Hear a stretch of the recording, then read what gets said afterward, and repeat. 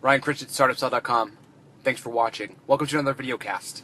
So I've been thinking a lot about monetization and really the particular position that somebody takes within a company where their primary function is to make the company make money, which I would argue is the CEO. It may not be the CMO, it may not be the sales team.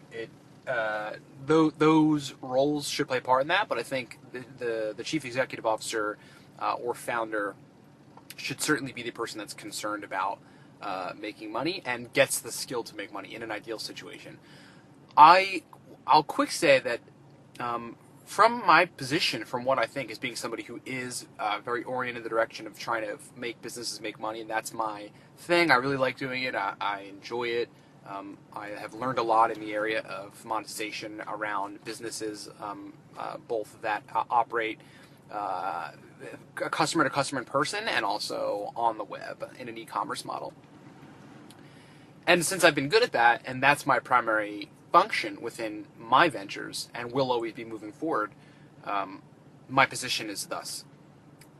For those of you who don't have that and your position on selling and your position on really the precursor to actually making the sales, which is the very in-depth mental strategy and constant developmental process of trying to identify who the customer is, how you're going to reach them, and then really just getting right to, instead of sitting there preoccupied by those sort of questions of who they are and all this research on your customer, moving right into just selling them or setting up the conditions where they can be aware of your product or service, and then facilitating the transactions as much as you can.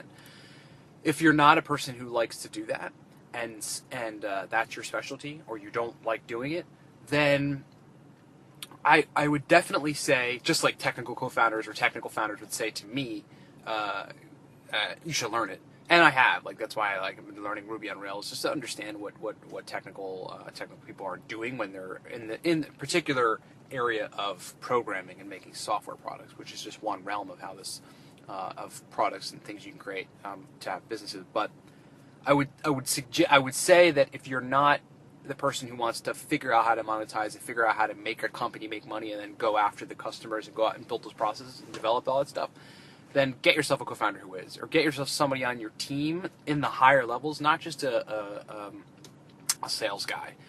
Somebody that's going to be vested, and somebody that's going to be invested in the company. Perhaps maybe they actually put money in. Somebody's going to be there long term, is part of the company, maybe has part of the company, and your team will function, and I think your progress will function a lot better if you have that very critical element in your leadership dynamic. I think, it's funny because I see this theme happen a lot, and I just want to make a couple statements or a couple observations, and I could be dead wrong, and I'm willing to accept that, and that's okay if I am wrong about this. But if I'm not, it stands. What I see is a good part of why I think companies don't succeed. One part, at least, is not having this person who critically observes, very rapidly moves into the developmental process of trying to find customers and identify targets who are going to buy the product or service, and then works on bridging the gap there and making that thing happen. Without that person or group of people, all you really have is a product, which in some cases, like in Twitter or in other software products or big companies, in some cases it's okay because the product sells itself and it goes out there and sort of acts as a thing that spreads virally and can sell itself, or can at least acquire users very virally and very organically and very sort of effortlessly. But that's not all companies, and it certainly isn't a large percentage of companies. I think that's the key distinction to take away. It's not a large percentage of companies, I don't think. It's not a lot of people. It's much more only a little bit. And the rest of it, and even for some of those companies, I would argue, needs to be handled in a way where you have somebody who's actually focused on really the bottom line of any business, which is making the business make money, and then thereafter, once you've established that as a foundation, making the business profit, going toward the actual intentions of the company, depending on the kind of company. and what you really want to do. First, get revenue, get the company having revenue, get it sustaining itself, being able to pay its bills, and maybe putting cash away in the, building of the business bank account. Then maximize profits for the shareholders. Make sure your shareholders are taking money out, both in a salary and maybe depending on the corporate structure for the form of non-taxable distributions, and then proceed from there.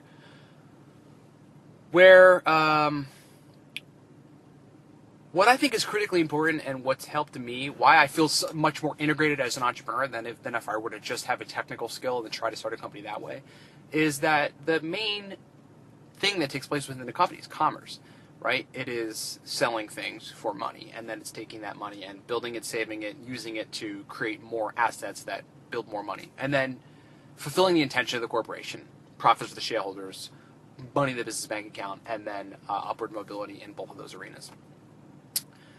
Why I feel so comfortable in business, and look, I don't have a multi-million-dollar company quite yet. It's the company that I'm building right now that I've built. I don't know if it could scale that big. I don't know that the nature of the service can actually do that. It would really depend on the size of the bigger contracts that we get with big companies that have a large amount of devices that we service. We're a mobile services company, mobile device services company. So, but subsequent companies can go to millions plus, 10 million, 20 million, 30 million, 40 million, 50 million, 100 million. Some of the companies that I intend to start in the next 10 years will be possible, probably still sub $1 billion, but $500 million companies, $500 million companies, things like that. We'll see. Sorry, my phone is on my rear view, and the sun is reflecting on the back of the phone, so it actually did the temperature shutdown for iPhone. So what I was saying was, my company's not a $1 billion company. It doesn't have the ability to get there. Subsequent companies will, but either way, my company could have failed or succeeded. Failed in establishing revenue streams and stability in the business bank account, etc., and then failed in the area of providing profits to the shareholders that they can put away and take out, and the company can build and traction happens, contracts happen, etc., or it could have succeeded, and it succeeded. And that's primarily because the service is in demand, and we make it very well known that we are the go-to people for the specific services that we offer. And we've done a lot in the area of very aggressively identifying who the targets are and approaching innumerable routes for trying to reach them and trying to make the company make money. And I think that's primarily due to the fact that I, as a founder, that's my position, that's my role, and that's what I have always liked. And we're really just it became part of what I like. Monetization, building a company, actually making the company make money. I'm a firm believer in that. I really don't understand so much of the companies that just build users and then charge thereafter. I think the model could work, and it clearly does work on a lot of things, and great, that's good. Just the way I wouldn't go that way with it. I'd be very paranoid and very like, the company needs to make money. What are we doing? Let's make this thing make money. But everybody's company is different, and that's great. But the last thing I think I'll say is, because I think this has a lot of relevance to this, is one of the main reasons that I think I'm able to be that person that focuses on making the company make money and then goes out and finds the targets and aggressively tries to bridge that gap is because I took a lot of time to study effective people. I took a lot of time, when I was first getting into entrepreneurship, starting my first couple companies, failing at them horribly. I read about effective entrepreneurs. I read about monetarily successful people and entities, business entities, and how they did it.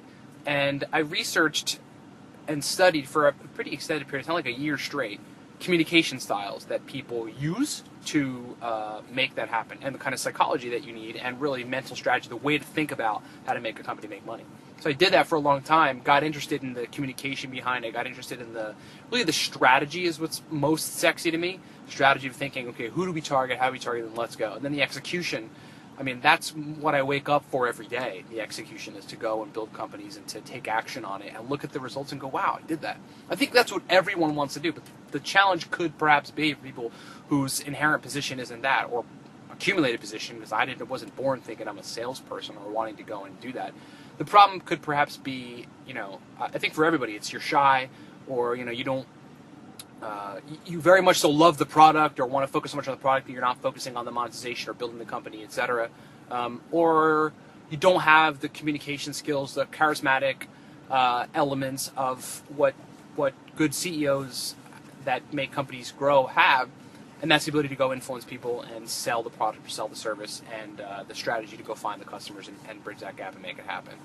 So, I think getting really good at, because I wasn't always like a good communicator.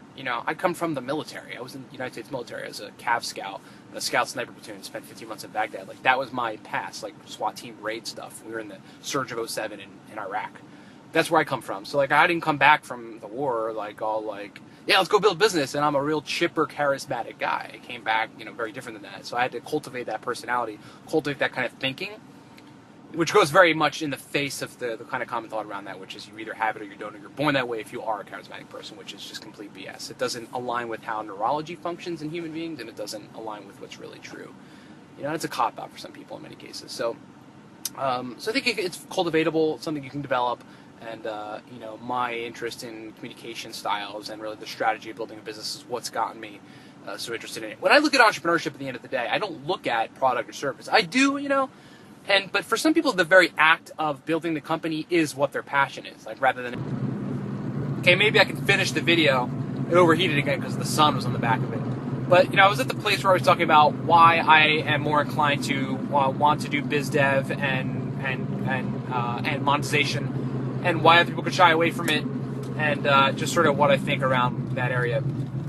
I guess I'll end with this. It's really difficult because if you're a technical person, if you're a programmer and you're trying to build a company, you want to build a company, and you don't want to develop the sales ability, the ability to developmentally birth a marketing and then follow-up execution plan to increase revenue, increase profits, make the company make money, etc. If you don't want to do that, if you're thinking you do want to do that, then it takes a long time for you to adjust to the psychology and to build the skills to be able to do that, to be able to make that happen. It's a very long time, and if you're not that kind of person already, which much more specifically and non-annoyingly, nebulously translates to, you build up over time the thinking patterns and the social tendencies, etc., to be able to communicate with people in a way that helps you reach business outcomes, monetary outcomes. It's going to take a long time for you to develop those things in your brain. So you're at a bit of a disadvantage if that's the case for you, if you're not into making companies make money, and that's your thing that you like to do and it's fun. And it could potentially take a year, but it could take 6 months, it could take 3 months, it could take you have an interest in it now, and you just start to get interested in it, and you start to look at it as a good thing, and you start to really feel, it's much, as far as the mind goes, it's definitely like a reward thing. You start to feel a reward when you make a company make money, or when you make sales, or when you identify possible targets for business, and you develop those connections, and the company actually makes money from it.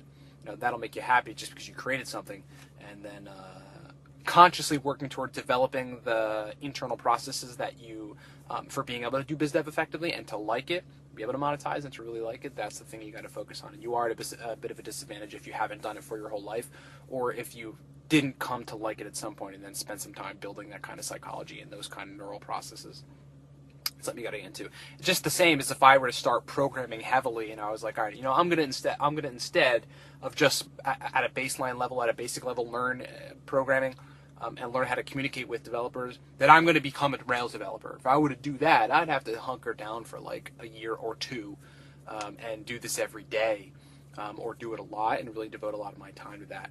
And if I thought that was a useful bit of my time, or I thought that was the route that I want to go based on like maximizing my strengths, etc., then I would do that. I would have to find a way to do that and sit there for a year or two and code, Rails, code Ruby and use Rails, or Python and Django, whatever it's called. Django's the movie, I thought. Whatever the thing is called. You get it. All right, thanks for watching. Tweet it if you loved it. Tweet it if you hated it. And, just like, I hated this video, StartupCell, this Critchett guy. But tweet it, with that. And then, thanks for coming. See ya.